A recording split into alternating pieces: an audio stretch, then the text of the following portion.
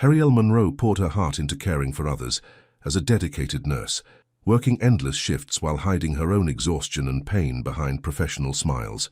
When she lost the worn leather journal that contained her most private thoughts, she never imagined it would find its way to Julian Chase, a wealthy but emotionally distant CEO who had built walls around his heart.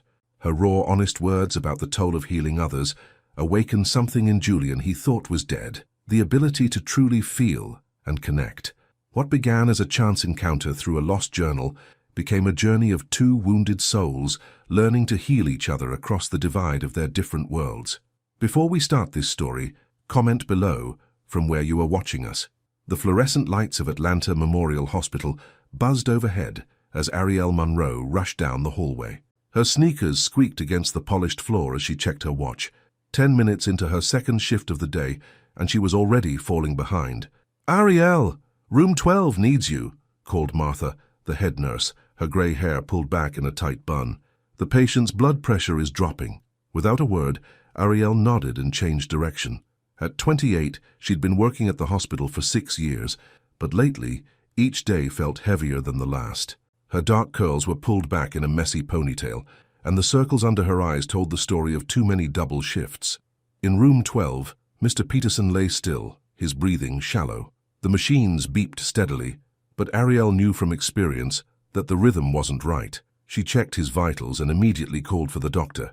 "It's okay, Mr. Peterson," she said, holding his wrinkled hand. "I'm right here with you." His eyes fluttered open briefly, and he gave her a weak smile before closing them again. Harrielle stayed by his side, speaking softly, even as the doctors rushed in. But it was too late. Despite their efforts, Mr. Peterson slipped away. "Time of death, 4:17 p.m., announced Dr. Stevens, his voice flat with the practiced detachment that came from years of losing patients. Harrielle nodded, her face professional and composed as she helped prepare the body. She spoke gentle words to Mr. Peterson's wife when she arrived, offered a shoulder to cry on and promised to call their son who lived out of state. It wasn't until she stepped into the elevator alone that Harrielle let her mask fall. As the doors closed, tears streamed down her face. By the time they opened again on the ground floor, she had wiped them away, fixed her expression, and was ready to face the rest of her 12-hour shift. During her break, Harrielle sat alone in the cafeteria, a cup of lukewarm coffee in front of her. She pulled out a small, worn leather journal from her bag and began to write. "Room 12 lost their fight today. I smiled until the elevator doors closed. Then I cried until they opened again. Sometimes I wonder who holds the healers when we break." The journal was her lifeline, the one place where she didn't have to be strong, where she could pour out all the pain and exhaustion she carried. She wrote about the patients she couldn't save, the families she comforted, and the bone-deep tiredness that never seemed to go away. "5 minutes, Monroe," called one of the other nurses, interrupting her thoughts. Harrielle nodded, quickly finished her entry, and tucked the journal back into her bag. As she stood up, her pager beeped. Another emergency, another person who needed her. She downed the last of her coffee and hurried back to work. By the time her shift ended at midnight, Harrielle could barely keep her eyes open. She dragged herself to the bus stop outside the hospital, her body on autopilot. The night air was cool against her skin, a welcome relief after the sterile heat of the hospital. The bus was nearly empty when it arrived. Harrielle slumped into a seat near the back, her bag beside her. As the bus rumbled through the quiet streets of Atlanta, she closed her eyes, just for a moment. Across town, in a luxury high-rise apartment, Julian Chase stood at the window, looking out at the city lights. At 33, he had everything most people spent their lives chasing: money, power, success. His investment firm had turned him into a millionaire before he'd hit 30, and now his name was on the list of Atlanta's most eligible bachelors. But tonight, as he stood alone in his perfectly decorated apartment, he felt nothing but emptiness. His phone rang, breaking the silence. It was his assistant. "Mr. Chase, I'm confirming your meeting tomorrow with the tech startup at 9 a.m. "Yes, fine," Julian replied, his voice cool and detached. "Make sure they bring the updated projections we discussed." "Already handled, sir, and Ms. Winters called again.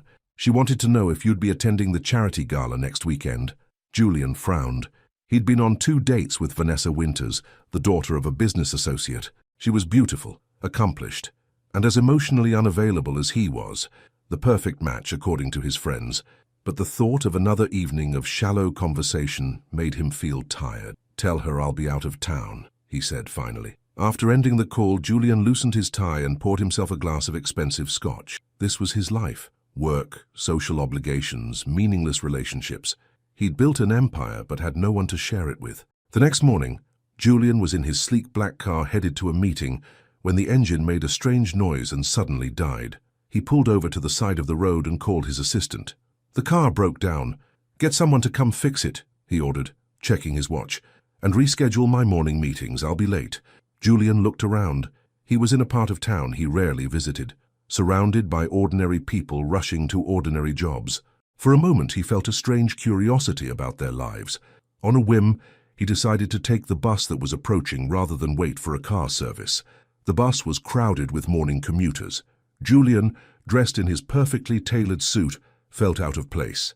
He put on his sunglasses, not wanting to be recognized, and found a seat near the back. As the bus moved through the city, he observed the people around him, the kind of people whose financial futures he analyzed in spreadsheets but never actually met. When the bus reached downtown, most passengers got off. Julian stayed on, oddly content to continue this brief escape from his usual routine. As the bus emptied, he noticed something on the seat across from him, a small, worn leather journal. He picked it up, intending to give it to the driver. But as he held it, curiosity got the better of him. He opened the cover looking for a name or contact information. There was no name, just a date from the day before and an entry that caught his eye. "Room 12 lost their fight today. I smiled until the elevator doors closed. Then I cried until they opened again." Something about those words stopped him cold. He read the next entry, and then another. Each page was filled with raw, honest emotion, the kind he'd trained himself not to feel. "I held a little boy's hand during his chemo today. He was so brave. I wish I could take his pain away. Instead, I brought him ice cream and made shadow puppets on the wall until he fell asleep. Mom called again, worried about me working so much. I told her I'm fine. Another lie to protect someone else from worry. Who am I protecting, really? Some days I feel like I'm drowning, giving pieces of myself away until there's nothing left. But then a patient smiles or squeezes my hand, and I remember why I do this. I just wish someone would see me, really see me, behind the uniform." By the time Julian reached the end of the most recent entry, he knew he couldn't just turn the journal in. These weren't just words. They were glimpses into someone's soul, someone who gave everything to others and kept nothing for herself. For the first time in years, Julian felt something crack open inside him. He had to find the woman who wrote these words. He had to know who she was. When Ariel woke up the next morning, she reached for her journal as she always did, wanting to write before starting her day. But it wasn't in her bag. She emptied everything onto her bed. No journal. Panic rose in her chest as she retraced her steps in her mind. The bus. She must have left it on the bus. Ariel felt exposed, vulnerable. That journal contained her deepest thoughts, her fears, her weaknesses, all the things she never showed to the world. The thought of a stranger reading it made her feel sick. She called the bus companies lost and found, but no one had turned in a journal. With a heavy heart, she got ready for work, feeling as though she'd lost her only friend. Meanwhile, Julian sat in his office, the journal open on his desk. He should be reviewing investment reports, but instead he was lost in the words of a stranger. He'd read the entire journal twice already, captivated by the honesty and compassion that filled its pages. "Mr. Chase, your 10 o'clock is here," his assistant said, interrupting his thoughts. Julian closed the journal and tucked it into his desk drawer. "Cancel it," he said. "Cancel everything today." His assistant stared at him in shock. Julian Chase never cancelled meetings. "Is everything okay, sir?" "Yes," he replied, surprising himself with the truth in his answer. For the first time in a long time, something felt important. "I just have something personal I need to take care of." After his assistant left, Julian opened the journal again. There were mentions of a hospital but no name, references to colleagues but no specific location. But there were clues: a bus route number, a coffee shop near the hospital, a park where the writer sometimes sat during breaks.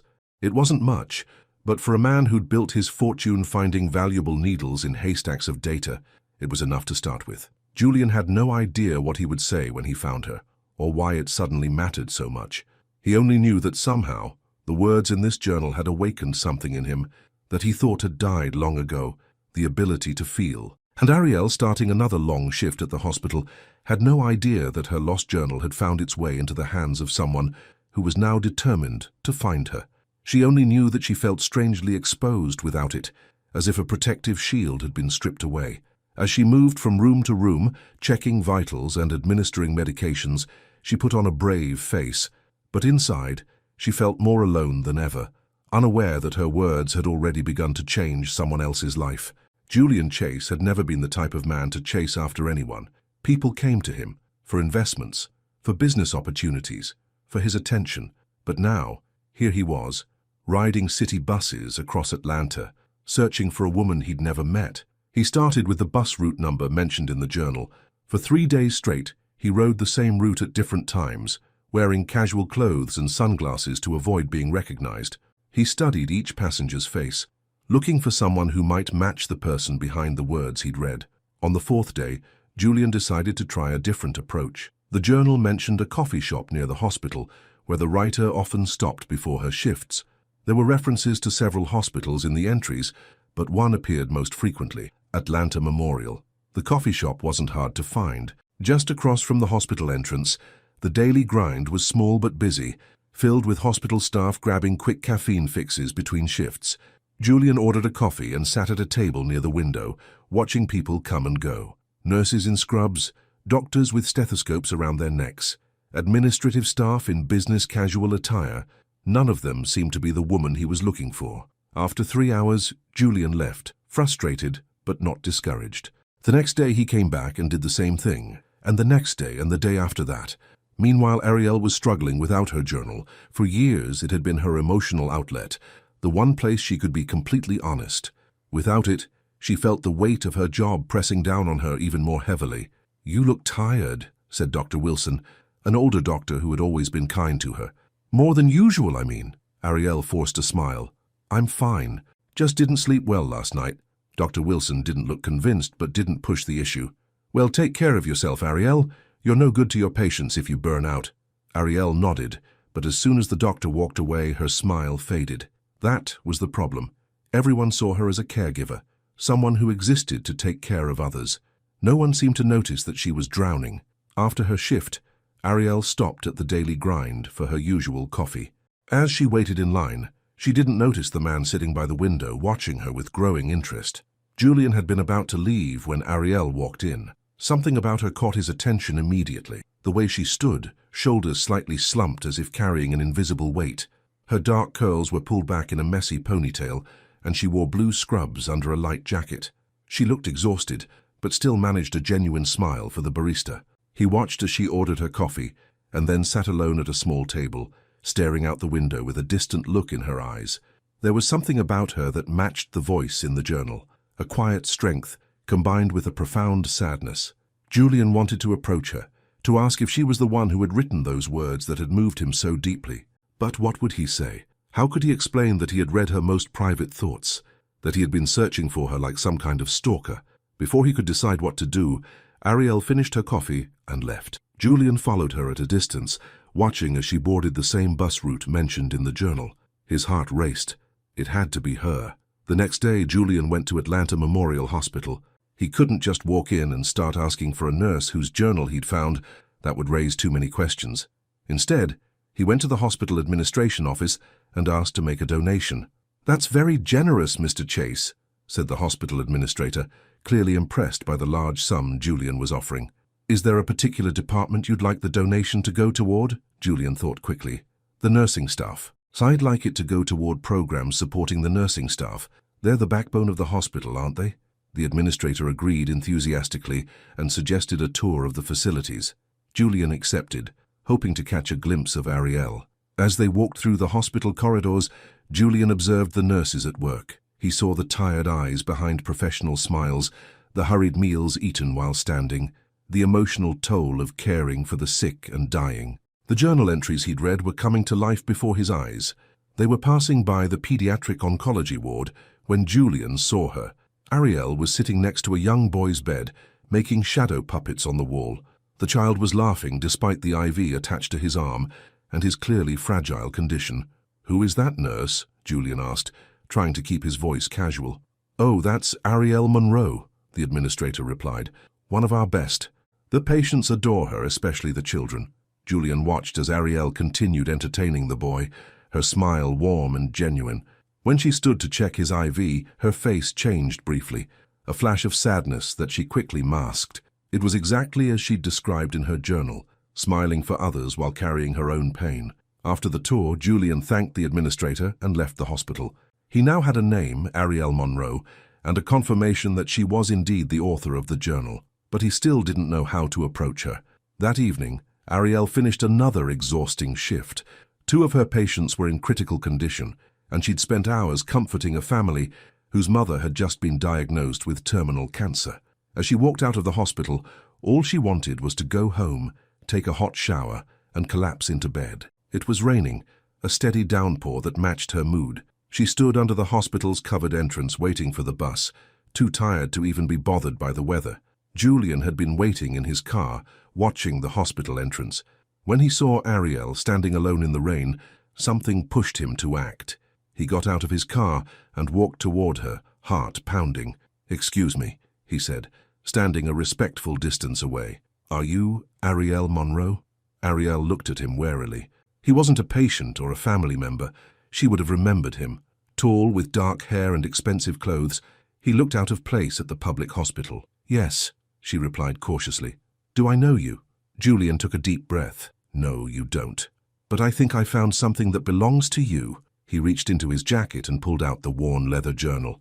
Ariel's eyes widened in recognition. "My journal," she whispered, reaching for it. Then she froze, her expression changing from relief to horror. "Did you read it?" Julian couldn't lie. "Yes, I did." Ariel snatched the journal from his hands, her face flushing with anger and embarrassment. "You had no right. Those are my private thoughts." "I know," Julian said quickly, "and I'm sorry. I was trying to find out who it belonged to so I could return it." "You could have turned it into the bus driver," Ariel said, clutching the journal to her chest protectively. "Or the lost and found." Julian nodded. "You're right, I should have. But once I started reading, I couldn't stop." Ariel stared at him, her anger mixing with confusion. "Why?" Julian hesitated, searching for the right words. "Because your words, they made me feel something I haven't felt in a very long time." Ariel didn't know how to respond to that. She was exhausted, emotionally drained, and now faced with a stranger who had read her most intimate thoughts. "I don't know what you want from me," she said finally. "Nothing," Julian replied. "I don't want anything from you. I just wanted to return your journal and to tell you that your words kept me company when I didn't realize how alone I was." The bus pulled up to the curb, its doors opening with a hiss.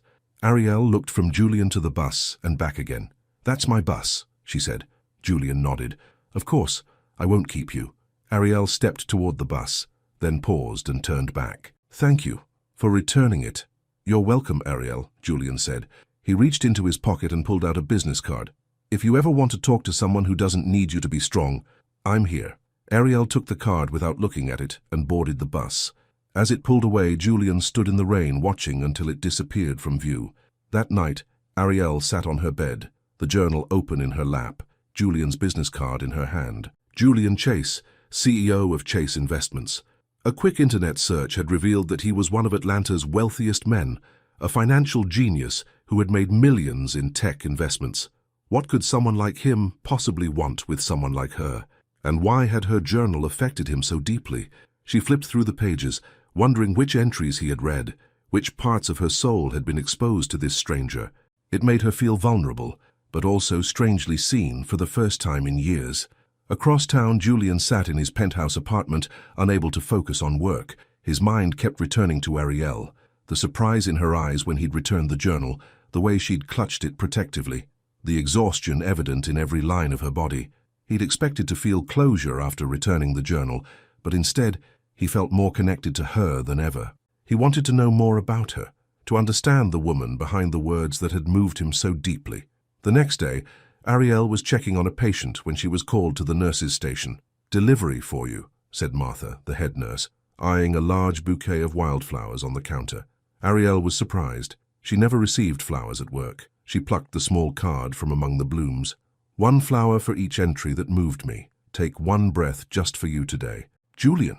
Ariel stared at the card, a mix of emotions washing over her.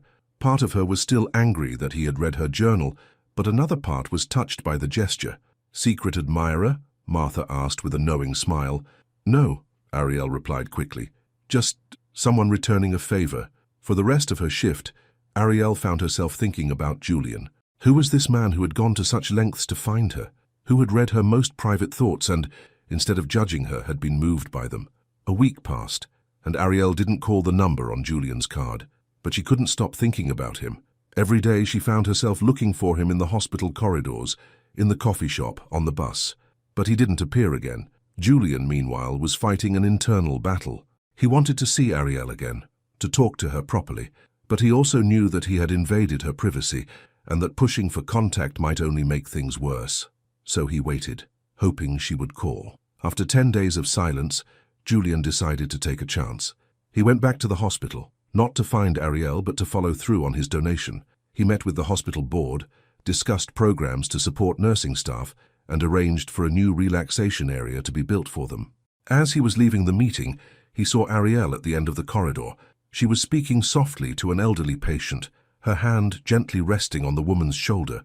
Even from a distance, Julian could see the compassion in her eyes. Ariel looked up and saw him. For a moment, they just stared at each other across the busy hospital corridor. Then Julian nodded politely and turned to leave, respecting her space. "Wait," Ariel called, hurrying after him. "Julian." He stopped and turned back. "Ariel, I got your flowers," she said, "and they were beautiful, thank you." Julian smiled, a genuine smile that reached his eyes. "You're welcome." There was an awkward pause, neither sure what to say next. "I heard you made a donation to the hospital," Ariel said finally. "For the nursing staff." Julian nodded. It seemed like the right thing to do. "Why?" Ariel asked. "Because of my journal?" "Partly," Julian admitted. "Your words made me see things differently, made me see people differently."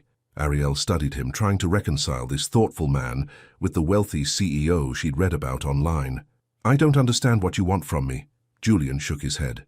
"I don't want anything from you, Ariel. That's the point. Everyone in your life seems to need something from you. Strength, care, comfort. I just want to see the woman behind the bravery." Ariel felt tears prickling at the corners of her eyes. No one had ever said anything like that to her before. No one had ever seen past her caregiver role to the woman underneath. "I have to get back to work," she said, her voice slightly unsteady. Julian nodded. "Of course." As Ariel turned to go, Julian spoke again. "Ariel, if you ever want to talk about anything or nothing at all, my offer still stands." Ariel looked back at him, a small smile playing at the corners of her mouth. "I'll think about it." That night, after another long shift, Ariel sat on a bench outside the hospital. It was 2 a.m. and she was too tired to move, staring into the distance as she sipped a lukewarm coffee from the vending machine. She didn't notice Julian approaching until he spoke. "You don't know me," he said quietly. "But your words kept me company when I didn't realize how alone I was." Ariel looked up, surprised to see him there. "What are you doing here at this hour?" Julian sat down beside her, leaving a respectful distance between them. "I couldn't sleep. I've been thinking about something you wrote in your journal, about how no one ever asks the healer if she needs healing." Ariel's heart pounded.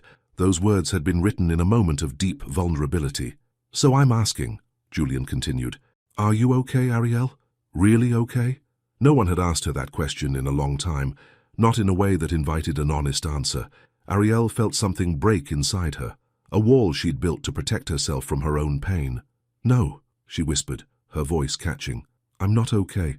I'm tired. So tired of being strong for everyone else." Julian didn't try to fix it or offer empty reassurances. He simply nodded, understanding in his eyes. "Tell me," he said softly. And for the first time in years, Ariel Monroe let someone see her true self, not the capable nurse, not the strong daughter, not the reliable friend, but the woman underneath it all who sometimes needed someone to lean on. And Julian Chase, who had spent his life avoiding emotional connections, found himself drawn to her honesty, her strength, and her vulnerability in a way he had never experienced before. As they sat together on that bench in the quiet hours of the morning, something new began to form between them, a connection built not on need or obligation, but on understanding and acceptance. Neither of them knew where it would lead, but for now, it was enough that they had found each other. 3 weeks had passed since that night on the bench outside the hospital.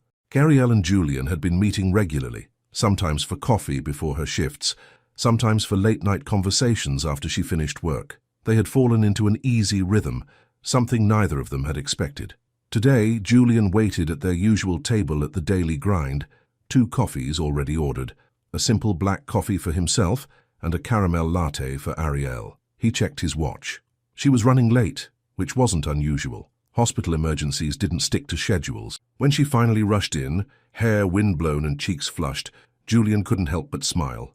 Even in her rumpled scrubs, she was beautiful to him. "I'm so sorry," Ariel said, sliding into the chair across from him. "A patient coded just as I was about to leave. We got him back, but I couldn't just walk out." "No need to apologize," Julian said, pushing her coffee toward her. "I understand." And he did understand, which surprised Ariel. Most people in her life got frustrated with her unpredictable schedule, with the way her job always seemed to come first. But Julian never complained. He just adjusted, waited, and was there when she could make it. "How was your day?" she asked, taking a grateful sip of her latte. Julian shrugged. "The usual. Investment meetings, conference calls. Nothing as meaningful as what you do." Ariel smiled. "You really need to stop putting my job on a pedestal. Some days I spend hours just filling out paperwork. But you're helping people," Julian insisted. "Making a real difference. What am I doing? Just moving money around." This was a common theme in their conversations, Julian's growing dissatisfaction with his work. Meeting Ariel had made him question the path he'd been on for so long. "You help people too," Ariel said. "Your investments create jobs. And that donation you made to the hospital. The new nurses' lounge is going to make a huge difference for the staff." Julian nodded, but she could tell he wasn't convinced. There was a restlessness in him lately, a searching for something more. "Enough about work," he said, changing the subject. "Did you finally get a full night's sleep?" Ariel laughed. "Almost. 7 whole hours. I feel like a new woman." They fell into easy conversation, talking about everything and nothing. That was what Ariel loved most about their time together, how natural it felt, how she didn't have to pretend to be strong or happy or anything other than what she was in that moment. "I was thinking," Julian said after a while, "maybe you could take a day off next weekend. We could drive up to the mountains, get away from the city for a bit." Ariel hesitated. They had never spent more than a few hours together, and always in public places. A whole day, just the two of them, felt like a big step. "I'd have to check my schedule," she said, not committing either way. Julian nodded, understanding her hesitation. "Of course. Just think about it." As they left the coffee shop, Julian walked Ariel back to the hospital. At the entrance, he stopped. "Dinner tomorrow?" he asked. "I know this little Italian place that makes amazing pasta." Ariel smiled. "I'd like that. I get off at 6. Julian's face lit up with a smile that made Ariel's heart skip a beat. "I'll pick you up here." As she watched him walk away, Ariel felt a mixture of excitement and fear. She was falling for Julian Chase, and it terrified her. Men like him didn't end up with women like her. He was wealthy, powerful from a completely different world, and yet when they were together, none of that seemed to matter. That evening, Julian sat in his penthouse looking out at the city lights. His phone rang, his mother calling from her estate in Connecticut. "Julian, darling." Elizabeth Chase's voice was cool and precise, just like everything else about her. "I've been trying to reach you all week." "Sorry, Mother. I've been busy. Too busy to attend the Sullivan Gala. Margaret told me you weren't there. It was the social event of the season, Julian." Julian sighed. "I had other plans." There was a pause on the other end of the line. "Other plans? What could possibly be more important than networking with the Sullivans? You know their company is considering new investment partners." "I was with a friend." "A friend?" His mother's voice was skeptical. "Anyone I know?" "No," Julian said firmly. "You wouldn't know her." "Her?" His mother's interest was immediately piqued. "Is this someone serious, Julian? What's her background? Which family is she from?" Julian's jaw tightened. This was exactly why he hadn't mentioned Ariel to his family. In the Chase household, people weren't judged by their character, but by their pedigree and bank account. "She's a nurse," he said simply. "A nurse?" His mother couldn't have sounded more shocked if he'd said she was an alien. "You can't be serious. What could you possibly have in common with a nurse?" Julian felt anger rising in his chest. "More than you'd think. She's intelligent, compassionate, and real, which is more than I can say for most of the women you've tried to set me up with." "Don't be dramatic, Julian. I'm simply thinking of your future. The Chase name carries certain expectations." "My future is my concern, not yours," Julian said coldly. "I have to go, Mother. I have an early meeting tomorrow." He ended the call before she could respond. tossing his phone onto the couch in frustration. His mother's reaction was exactly what he'd expected, but it still bothered him. All his life he'd been trained to see people in terms of what they could offer: business connections, social status, advantageous marriages. It was how he'd been raised. But Ariel had changed something in him. She saw through the wealth and status to the man underneath, the man who sometimes felt just as lost and lonely as she did. The next evening, Julian waited outside the hospital for Ariel. When she emerged, she had changed out of her scrubs into a simple blue dress that made her eyes shine. Julian felt his breath catch. "You look beautiful," he said. Ariel smiled, a hint of shyness in her expression. "Thank you. It's nice to wear something other than scrubs for a change."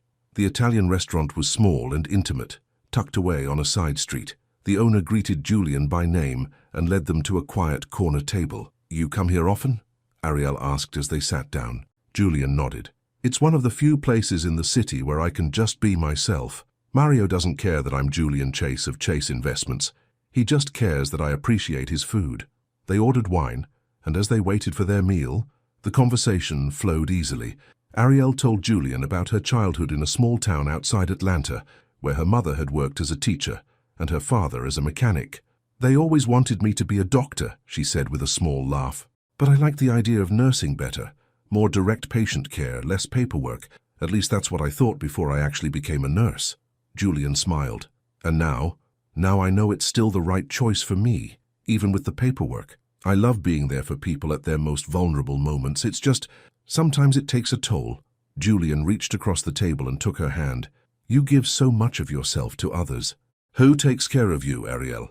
The question hung in the air between them, loaded with meaning. Ariel felt her heart racing. "Maybe that's why I was so upset when you read my journal," she said softly.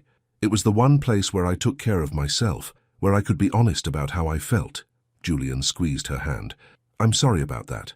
I know it was an invasion of your privacy." "It was," Ariel agreed, "but in a strange way. I'm glad it happened. If you hadn't read it, we wouldn't be here now." Their eyes met across the table, and something electric passed between them. Julian's phone buzzed in his pocket, breaking the moment. He ignored it. "What about you?" Ariel asked. "You know all about my family, but you never talk about yours." Julian's expression closed slightly. "Not much to tell. My father built Chase Investments from nothing. He expected me to follow in his footsteps, and I did. End of story." But Ariel wasn't so easily deterred. "What about your mother? Siblings?" Julian took a sip of wine before answering. "My mother is very concerned with social status and appearances. We don't see eye to eye on much. And I have a younger sister, Emma, who lives in Europe. She got out as soon as she could." "Got out?" Julian sighed. "The Chase family isn't exactly warm and fuzzy, Ariel. My parents were more interested in creating successful heirs than in raising happy children. We had nannies instead of bedtime stories, etiquette lessons instead of family dinners." Ariel's heart ached for the little boy he must have been, lonely, trying to earn the approval of parents who measured love in achievements. "That sounds lonely," she said softly. Julian looked surprised, as if he'd never thought of it that way. "I suppose it was. I never really considered it before. It was just normal." "Is that why you work so much? To prove yourself to them?" Julian's eyes widened slightly. No one had ever asked him that question before, and he'd never asked it of himself. But as soon as Ariel said the words, he knew they were true. "Maybe," he admitted. "My father always said emotions were liabilities in business. I learned to shut them off, to focus only on success and profit. It worked well for Chase Investments." "But not so well for Julian Chase," Ariel suggested gently. Julian looked at her with wonder. In just a few weeks she had seen through the walls he'd spent a lifetime building. "No," he said quietly, "not so well for me." Their dinner arrived, momentarily pausing the conversation. As they ate, Julian found himself sharing more about his childhood, the pressure to excel, the constant comparison to his father, the emotional distance that had become his own defense mechanism. "That's why your journal affected me so deeply," he confessed. "You feel everything so intensely, you care so much. I've spent my life trying not to feel, trying not to care too much about anything or anyone." "And now?" Ariel asked. Julian looked at her, his eyes serious. "Now I'm terrified, because I care about you more than I've ever cared about anyone, and I don't know what to do with that." Ariel's breath caught in her throat. This wasn't just a casual dinner between friends. This was something much more significant. "I care about you too," she said softly, "and it scares me just as much. After dinner, they walked along the riverfront, the city lights reflecting in the water. Julian took Ariel's hand, and she didn't pull away. "My mother called yesterday," Julian said after a while. "I told her about you." Ariel looked up at him in surprise. "What did she say?" Julian gave a short laugh. "She was horrified that I'm spending time with a nurse instead of attending high society galas." "Apparently you don't fit the Chase family mold." Ariel tried to laugh it off, but Julian could see the hurt in her eyes. "Well, she's not wrong. I'm definitely not high society material." Julian stopped walking and turned to face her. "Her opinion doesn't matter to me, Ariel. For the first time in my life, I'm making choices based on what I want, not what's expected of me." "And what do you want?" Ariel asked, her voice barely above a whisper. Julian's eyes held hers. "You. Just you." The world seemed to stop as he leaned down and kissed her, soft and sweet and full of promise. Ariel's arms went around his neck as she kissed him back, all her fears momentarily forgotten. When they finally broke apart, Julian rested his forehead against hers. "I know this is complicated. We come from different worlds, but when I'm with you, none of that matters." Ariel wanted to believe him, but a lifetime of practicality made her cautious. "It's not that simple, Julian. Your world and mine, they don't mix easily." "They can," Julian insisted, "if we want them to." Ariel stepped back slightly. "It's not just about us. It's about your family, your business associates, the life you've built. I don't fit into that world." "Then maybe it's time I changed my world," Julian said. "Being with you these past weeks has made me happier than I've been in years. You see me, Ariel. Not my money or my name, but me." Ariel couldn't deny the truth in his words.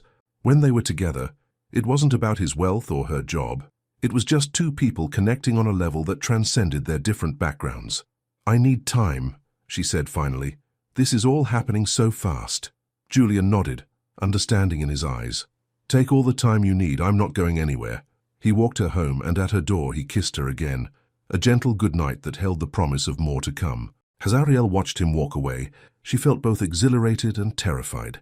Julian Chase was nothing like anyone she'd ever known, and falling for him felt like stepping off a cliff without knowing if there was a safe landing below. The next morning, Ariel was writing in her journal when her phone rang.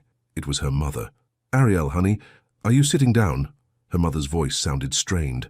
"What's wrong, Mom?" "It's your father. He had a heart attack last night." Ariel felt the world tilt beneath her. Is he okay?" "He's stable now, but it was serious. They're keeping him in the hospital for observation. We're at Grady Memorial." "I'm coming right now," Ariel said, already reaching for her keys. At the hospital, Ariel found her mother sitting beside her father's bed. Robert Monroe looked pale and smaller somehow, attached to monitors and IV lines. The sight of her strong, reliable father, looking so vulnerable, made Ariel's heart clench. "Daddy," she whispered, taking his hand. His eyes opened and he gave her a weak smile. "There's my girl. Don't you look worried?" Ariel tried to smile through her tears. "Of course I'm worried. You're supposed to be invincible, remember?" Robert squeezed her hand. "Looks like I'm not as tough as I thought." Ariel spent the day at the hospital, her nurses' training taking over as she asked questions of the doctors, checked her father's charts, and made sure he was getting the best care possible. By evening, she was exhausted, but relieved that he seemed to be improving. "You should go home and get some rest," her mother said. "I'll stay with him tonight." Ariel shook her head. "I'll stay too. I can sleep in the chair." "Ariel," her father's voice was weak but firm, "listen to your mother. Go home. You have your own patients to take care of tomorrow." Reluctantly, Ariel agreed. As she was leaving the hospital, she remembered that she was supposed to have coffee with Julian that morning. In the chaos, she had completely forgotten to call and cancel. She pulled out her phone and saw 3 missed calls and a text message from Julian. "Hope everything's okay. Call me when you can." Ariel called him immediately, and he answered on the first ring. "Ariel, are you all right?" The concern in his voice brought fresh tears to her eyes. "My father had a heart attack. I've been at the hospital all day." "Where are you now?" Julian asked without hesitation. "Just leaving Grady Memorial. I'm going home to get some sleep before coming back in the morning." "I'm coming to get you," Julian said firmly. "You shouldn't be alone right now." Before Ariel could protest, he had hung up. 20 minutes later, his car pulled up outside the hospital entrance. Julian got out and wrapped her in a tight embrace. "I'm so sorry," he murmured into her hair. "How is he?" "Stable," Ariel said, her voice muffled against his chest. "But it was close. If my mom hadn't recognized the symptoms and called 911 right away," she couldn't finish the sentence. Julian held her tighter. Come on, he said gently. Let me take you home. At her apartment, Julian made her tea while Ariel changed into comfortable clothes. When she came out of the bedroom, he had set up a small meal of soup and sandwiches. You need to eat something, he said, guiding her to the table. Ariel hadn't realized how hungry she was until she started eating. Julian sat across from her, his presence a comfort in the midst of her worry. Thank you, she said when she'd finished, for coming to get me for this. You didn't have to. Julian reached across the table and took her hand. Yes, I did, because I care about you, and this is what people do when they care about each other. They show up. Ariel felt tears forming again. All day she had been the strong one, the nurse, the daughter who knew what questions to ask the doctors, the one who stayed calm for her mother's sake. But now, with Julian, she could finally let the fear and exhaustion show. I was so scared, she whispered. Seeing him like that, my dad has always been the strongest person I know, and suddenly he looked so fragile. Julian moved to sit beside her, pulling her into his arms. It's okay to be scared. You don't have to be strong all the time, Ariel. She rested her head on his shoulder, letting the tears come. Julian held her, stroking her hair, not trying to fix it or make it better, just being there, a solid presence when she needed one most. After a while, Ariel's tears subsided, and she felt a deep exhaustion settle over her. You should get some sleep, Julian said, noticing her drooping eyelids. Ariel nodded, too tired to argue. Will you stay? She asked, surprising herself with the request. Julian looked at her intently. Are you sure? Yes, Ariel said. I don't want to be alone tonight. Julian nodded. Then I'll stay. He helped her to the bedroom and tucked her into bed like a child. As he turned to leave, Ariel caught his hand. Stay with me, she said softly. Just hold me. Julian kicked off his shoes and lay down beside her, pulling her close against his chest. Ariel felt safe in his arms, the steady beat of his heart lulling her towards sleep. I've got you, Julian whispered against her hair. Rest now. And for the first time in years, Ariel let someone else be strong for her. As she drifted off to sleep, she realized that Julian had given her something she had always given to others, but rarely received herself, the comfort of not being alone in her darkest hour. When Ariel woke the next morning, Julian was gone from the bed. For a moment she thought he might have left, but then she heard movement in her small kitchen. She got up and found him making coffee, dressed in the same clothes from yesterday, his hair slightly rumpled. Good morning, he said, smiling when he saw her. I hope I didn't wake you. I thought you could use some coffee before heading back to the hospital. Ariel leaned against the doorframe, watching him move around her kitchen as if he belonged there. Thank you for staying last night, for everything. Julian handed her a mug of coffee. How are you feeling? Better, she admitted. Still worried, but better. They sat at her small kitchen table, drinking coffee in comfortable silence. Ariel couldn't help but notice how out of place Julian looked in her modest apartment, his expensive watch, his designer clothes that probably cost more than her monthly rent, and yet he seemed completely at ease. I need to go home and change before heading to the hospital, Ariel said finally, and you probably need to get to work. Julian nodded. I've already rescheduled my morning meetings. I can drive you to the hospital if you'd like. Ariel hesitated. It would be easier than taking the bus, but she didn't want to become dependent on Julian's help.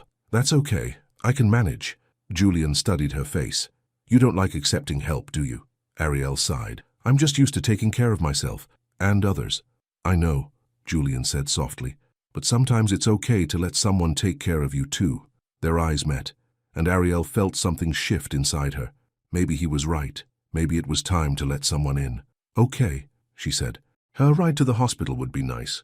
Julian smiled, a warm, genuine smile that made her heart skip. Good, I'll wait while you get ready. At the hospital, Julian walked Ariel to her father's room. Robert Monroe was awake, looking stronger than the day before. His eyes widened slightly when he saw Julian enter behind Ariel. Dad, this is Julian, Ariel said. Julian, these are my parents, Robert and Marie. Julian shook Robert's hand gently, mindful of the IV. It's a pleasure to meet you, Mr. Monroe. I'm sorry it's under these circumstances. Marie Monroe stood up to greet Julian, her curious gaze taking in his expensive clothes and confident demeanor. Thank you for bringing Ariel. Are you two friends? Ariel felt her cheeks warm. Julian and I have been spending some time together recently. Robert raised an eyebrow.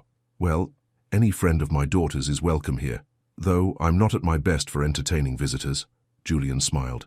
I won't stay long. I just wanted to make sure Ariel got here safely." After a few minutes of polite conversation, Julian excused himself, promising to check in with Ariel later. As soon as he was gone, Marie turned to her daughter with wide eyes. "Who is that man, Ariel? He's certainly not a nurse or a doctor." Ariel sighed. "He's just someone I've been seeing. It's not serious." But even as she said the words, she knew they weren't true. What she and Julian shared had already grown beyond casual dating. The way he had been there for her last night, holding her while she cried, asking nothing in return, it meant something. Something significant. "Well, he seems very nice," her mother said, a knowing look in her eyes. "And he clearly cares about you." Robert nodded in agreement. "A man doesn't show up at a hospital at 8 in the morning unless he cares, sweetheart." Ariel changed the subject, focusing on her father's condition. The doctors were pleased with his progress, but he would need to make significant lifestyle changes: better diet, more exercise, less stress. Ariel spent the day helping her parents understand the treatment plan and making arrangements for her father's care after he was discharged. By evening, she was exhausted again. Her phone buzzed with a text from Julian. "How's your dad? Do you need anything?" Ariel smiled at the screen. "He's doing better. Going home tomorrow. I'm just leaving the hospital now." Julian replied immediately, "Can I see you?" Ariel hesitated. Part of her wanted nothing more than to see Julian, to feel his arms around her again. But another part was scared of how quickly he was becoming important to her. "Not tonight," she texted back. "I need some time to think." "I understand," came his reply. "Take all the time you need. I'll be here." For the next few days, Ariel focused on helping her parents. Her father was released from the hospital, and she spent her time off work making sure he was comfortable at home and following his new diet. She texted with Julian daily but didn't see him, using the excuse of family obligations to keep some distance. In truth, she was trying to sort out her feelings. Julian had seen her at her most vulnerable, crying, scared, exhausted. Most men she'd dated in the past had disappeared at the first sign of real-life complications. But Julian had stepped up, had been there when she needed someone most, and that terrified her almost as much as it touched her. Meanwhile, Julian was facing his own challenges. His mother had arrived in Atlanta unexpectedly, claiming she was in town for a charity event, but clearly there to investigate Ariel. "I thought we should have dinner together," Elizabeth Chase said, sitting in Julian's office. "Perhaps you could invite your friend." Julian frowned. "Her father just had a heart attack, Mother. She's busy taking care of her family." Elizabeth raised a perfectly manicured eyebrow. "I see. Well, then just the two of us. Tonight at 7. I've made reservations at Le Cirque." Julian knew it wasn't really a request. "Fine. I'll meet you there." Dinner with his mother was exactly what Julian had expected, a thinly veiled interrogation about Ariel. "So this nurse," Elizabeth said casually as they waited for their appetizers. "How exactly did you meet her?" Julian considered lying, but decided on a version of the truth. "I found something she had lost and returned it to her. We started talking and found we enjoyed each other's company." "And now you're what? Dating?" His mother's tone made it clear how absurd she found the idea. "Yes, Mother, we're dating." Elizabeth sighed. "Julian, darling, I know you've always had this rebellious streak, but surely you can see this is just a phase. What could a nurse possibly offer someone in your position?" Julian felt anger rising in his chest. "She offers me something I've never had before. Honesty, real connection, someone who sees me as more than just the Chase name and fortune." "Oh, please," Elizabeth scoffed. "She's probably just after your money, like all the others." "Ariel doesn't care about my money," Julian said firmly. "In fact, she's one of the few people I've met who would probably prefer if I weren't wealthy. It complicates things for her." Elizabeth studied her son's face. "You're serious about her, aren't you?" "Yes," Julian said without hesitation. "I am." "Well, then I should meet her," Elizabeth declared. "If she's going to be part of your life, I need to see if she's suitable." Julian shook his head. "No, Mother. I won't subject Ariel to your judgment. My relationship with her is not up for your approval." Elizabeth's eyes narrowed. "Julian, be reasonable. The Chase family has a certain position in society. We have responsibilities, expectations." "No," Julian interrupted. "You have expectations. I've spent my entire life living up to them, being the perfect son, the perfect businessman, but it hasn't made me happy." "Happiness?" Elizabeth looked genuinely puzzled. "What does happiness have to do with anything? We're talking about your future, your legacy." Julian looked at his mother, really looked at her, and suddenly saw with perfect clarity the emptiness of the life she represented, the endless pursuit of more money, more status, more power, without any real joy or connection. "I want more than that," he said quietly. "I want what Dad never gave you, what you never gave me. Real love, not just duty and obligation. And I've found that with Ariel." Elizabeth's face flushed with anger. "You're being ridiculous. This woman has clearly turned your head. When you come to your senses, call me." She stood up and left the restaurant, leaving Julian alone at the table. But instead of feeling upset, he felt strangely liberated. For the first time in his life, he had stood up to his mother, had chosen his own path. He pulled out his phone and texted Ariel, "I miss you." Across town, Ariel was sitting in her parents' living room, helping her father organize his new medications. Her phone buzzed with Julian's message, and she couldn't help but smile. "Who's that?" her father asked, noticing her expression. "Julian," Ariel admitted. Robert nodded. "You like him?" It wasn't a question, but Ariel answered anyway. "Yes, I do." "Then why are you hiding out here with your old man instead of being with him?" Ariel sighed. "It's complicated, Dad. We're from different worlds. His family, they're not going to approve of someone like me." Robert took his daughter's hand. "Since when do you care about approval from strangers? The Ariel I raised knows her own worth. It's not that simple." "Yes, it is," her father insisted. "Do you care about him?" "Yes." "Does he care about you?"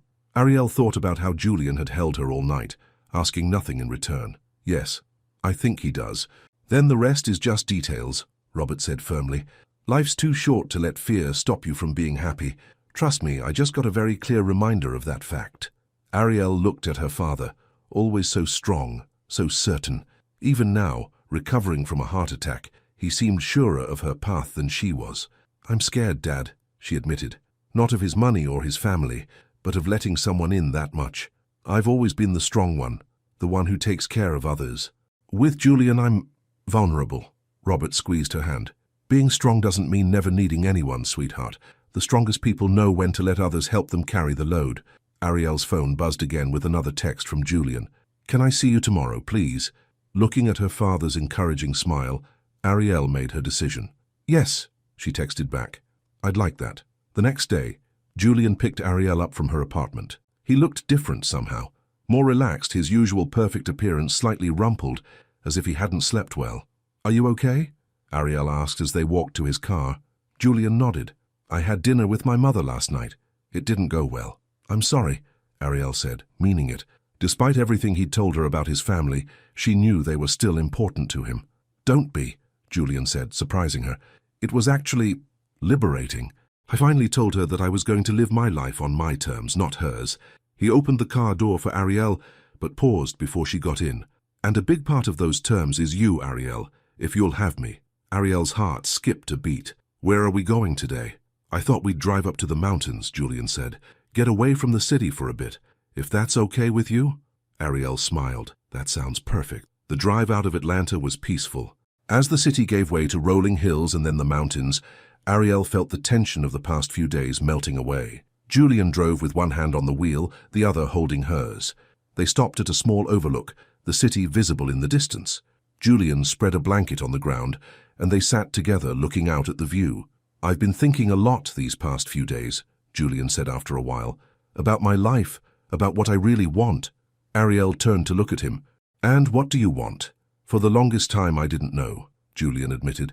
"I just did what was expected of me, went to the right schools, made the right investments, dated the right women. But I was never happy. Not really." He took her hand, his eyes serious. "Then I found your journal and everything changed. You write about feeling everything so deeply. The pain, the joy, the exhaustion. You live fully, Ariel. You care about people. You make a difference." "So do you," Ariel insisted. "Your investments help businesses grow, create jobs." Julian shook his head. "It's not the same. I want my life to mean something more. That's why I've decided to make some changes." "What kind of changes?" "I'm starting a foundation," Julian said, excitement in his voice. "Using a significant portion of my wealth to support healthcare workers, scholarships for nursing students, resources for hospitals in underserved areas, mental health services for medical staff." Ariel stared at him in surprise. "Julian, that's amazing, but it's a huge undertaking." "I know," he acknowledged, "but it feels right. For the first time in my life, I'm doing something that matters to me, not just to the Chase family legacy. Ariel squeezed his hand. I'm proud of you. Julian's expression grew serious. There's something else, Ariel. Something I need to tell you. Ariel felt a flutter of anxiety. What is it? I love you, Julian said simply. I know it's fast. I know we come from different worlds. But I love you. Your strength, your compassion, the way you care for everyone around you. I love how you've shown me what it means to truly feel again.